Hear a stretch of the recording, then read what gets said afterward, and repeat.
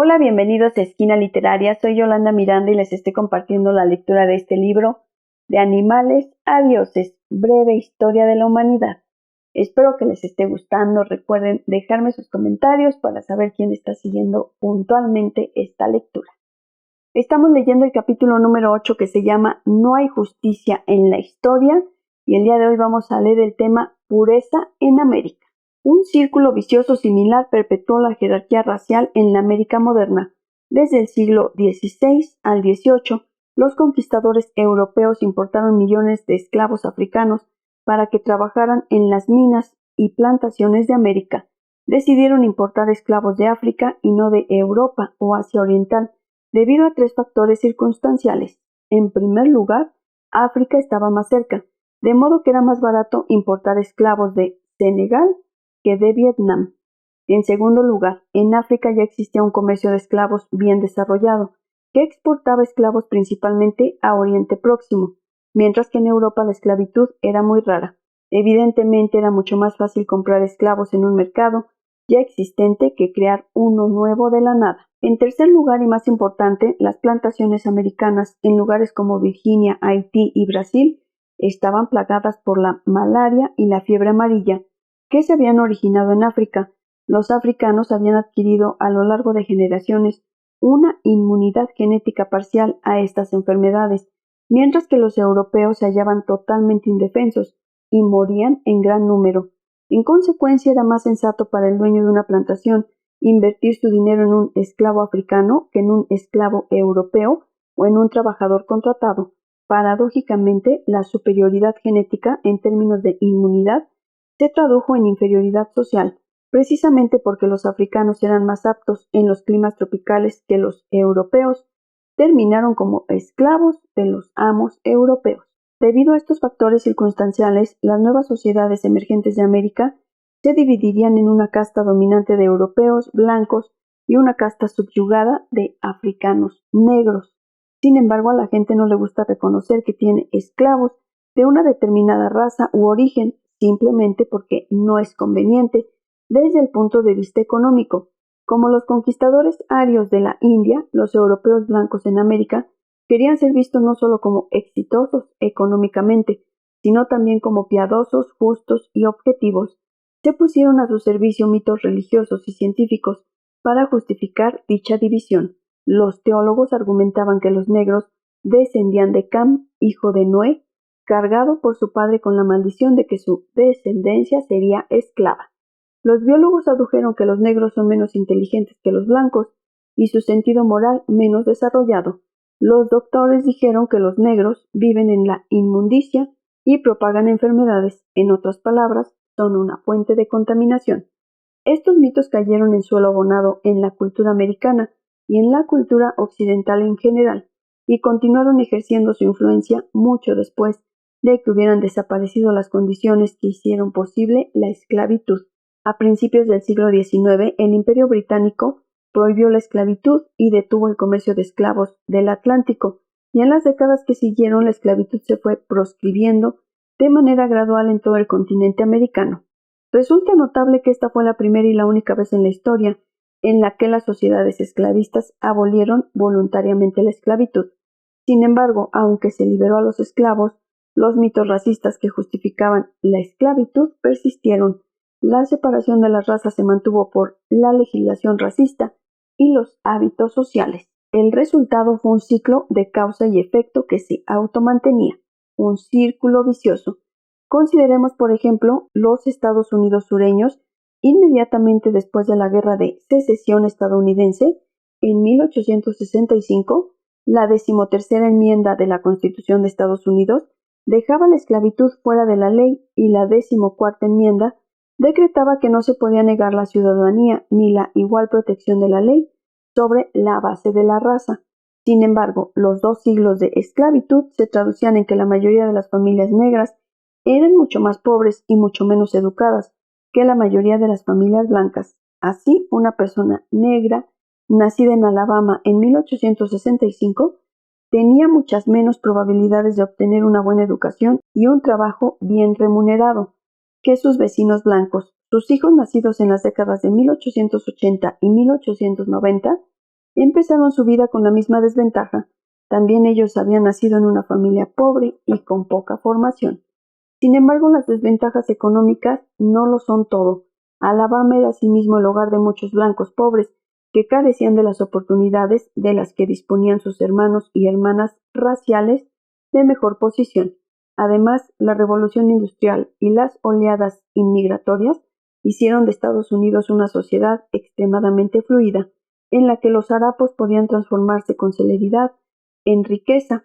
Si el dinero hubiera sido lo único que importaba, la clara división entre las razas pronto se habría difuminado, entre otras cosas, debido a los matrimonios mixtos. Pero no fue esto lo que ocurrió.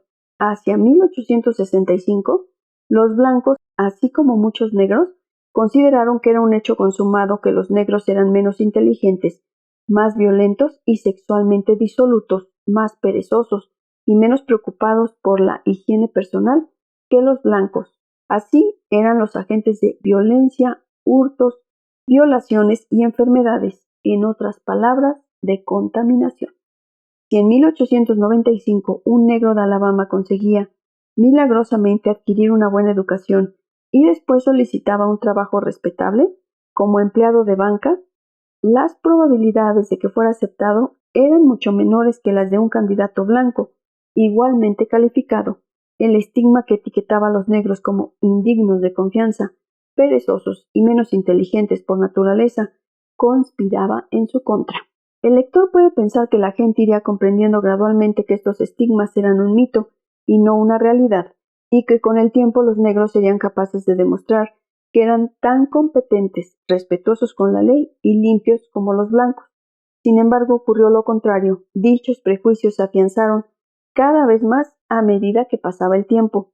Puesto que los mejores empleos los ocupaban los blancos, resultaba fácil creer que los negros eran realmente inferiores. Mira, decía el ciudadano blanco medio, hace generaciones que los negros son libres, pero casi no hay profesores negros, ni abogados, ni médicos, ni empleados de banca negros. ¿No es esto la prueba de que los negros son simplemente menos inteligentes y menos dados a trabajar? Atrapados en este círculo vicioso, los negros no eran contratados para desempeñar tareas administrativas porque se les consideraba poco inteligentes, y una prueba de su inferioridad era la escasez de negros en empleos de oficinista. El círculo vicioso no terminaba aquí. A medida que los estigmas contra los negros se hacían más fuertes, se tradujeron en un sistema de leyes y normas que estaban destinadas a salvaguardar el orden racial. Se prohibió que los negros votaran en las elecciones, que estudiaran en las escuelas para blancos, que compraran en las tiendas para blancos, que comieran en los restaurantes para blancos, que durmieran en los hoteles para blancos. La justificación de todo ello era que los negros eran sucios, haraganes y viciosos, de modo que los blancos tenían que ser protegidos de ellos. Los blancos no querían dormir en el mismo hotel que los negros, ni comer en el mismo restaurante por temor a las enfermedades. No querían que sus hijos estudiaran en las mismas escuelas que los niños negros, por miedo a la brutalidad y a las malas influencias. No querían que los negros votaran en las elecciones, puesto que los negros eran ignorantes e inmortales. Tales temores venían reforzados por estudios científicos que demostraban que los negros eran realmente menos cultos, que entre ellos eran comunes varias enfermedades y que su índice de criminalidad era mucho más elevado. Los estudios ignoraban que estos hechos eran el resultado de la discriminación contra los negros. A mediados del siglo XX, la segregación en los antiguos estados confederados probablemente era peor que a finales del siglo XIX. Clennon King, un estudiante negro que solicitó matricularse en la Universidad de Mississippi, en 1958 fue ingresado a la fuerza en un sanatorio mental. El juez que presidía dictaminó que con toda seguridad una persona negra tenía que estar loca si pensaba que podría ser admitida en la Universidad de Mississippi. Nada resultaba más repugnante para los americanos sureños y para muchos norteños que las relaciones sexuales y el matrimonio entre un hombre negro y una mujer blanca. El sexo entre razas se convirtió en el mayor de los tabúes y se consideraba que cualquier violación o sospecha de violación merecía el castigo inmediato y sumario en forma de linchamiento. El Ku Klux Klan, una sociedad secreta supremacista blanca, perpetró muchos de tales asesinatos, podía haber enseñado a los brahmanes hindúes un par de cosas acerca de las leyes de pureza. Con el tiempo el racismo se extendió a ámbitos cada vez más culturales. La cultura estética norteamericana se construyó alrededor de estándares blancos de belleza. Los atributos físicos de la raza blanca, por ejemplo, la piel clara, el pelo suave y liso, una pequeña nariz respingona, se identificaron como hermosos. Los rasgos típicamente negros, piel oscura, pelo oscuro y tupido, una nariz achatada, se consideraban feos. Estas preconcepciones encajaban en la jerarquía imaginada a un nivel incluso más profundo de la conciencia humana y por lo tanto la perturbaban. Estos círculos viciosos pueden seguir durante siglos o incluso milenios, perpetuando una jerarquía imaginada que surgió de un hecho histórico casual. La discriminación injusta suele empeorar, no mejorar con el tiempo. El dinero llama al dinero y la pobreza a la pobreza. La educación llama a la educación y la ignorancia a la ignorancia. Los que una vez fueron víctimas de la historia es probable que vuelvan a serlo otra vez, y aquellos a los que la historia ha concedido privilegios tienen más probabilidades de obtenerlos de nuevo. La mayoría de las jerarquías sociopolíticas carecen de una base lógica o biológica. No son más que la perpetuación de acontecimientos aleatorios sostenidos por mitos. Esta es una buena razón para estudiar historia. Si la división entre negros y blancos o entre brahmanes y shudras se fundamentara en realidades biológicas, es decir, si los brahmanes tuvieran realmente un cerebro mejor que el de los shudras, la biología bastaría para comprender a la sociedad humana. Puesto que las distinciones biológicas entre los diferentes grupos de Homo sapiens son de hecho insignificantes, la biología no puede explicar los intrincados detalles de la sociedad india o de la dinámica racial americana. Solo podemos comprender estos fenómenos estudiando los acontecimientos, circunstancias y relaciones de poder que transformaron ficciones de la imaginación en estructuras sociales, crueles y muy reales. Espero que les haya gustado la lectura del día de hoy de este libro, De animales a dioses, breve historia de la humanidad.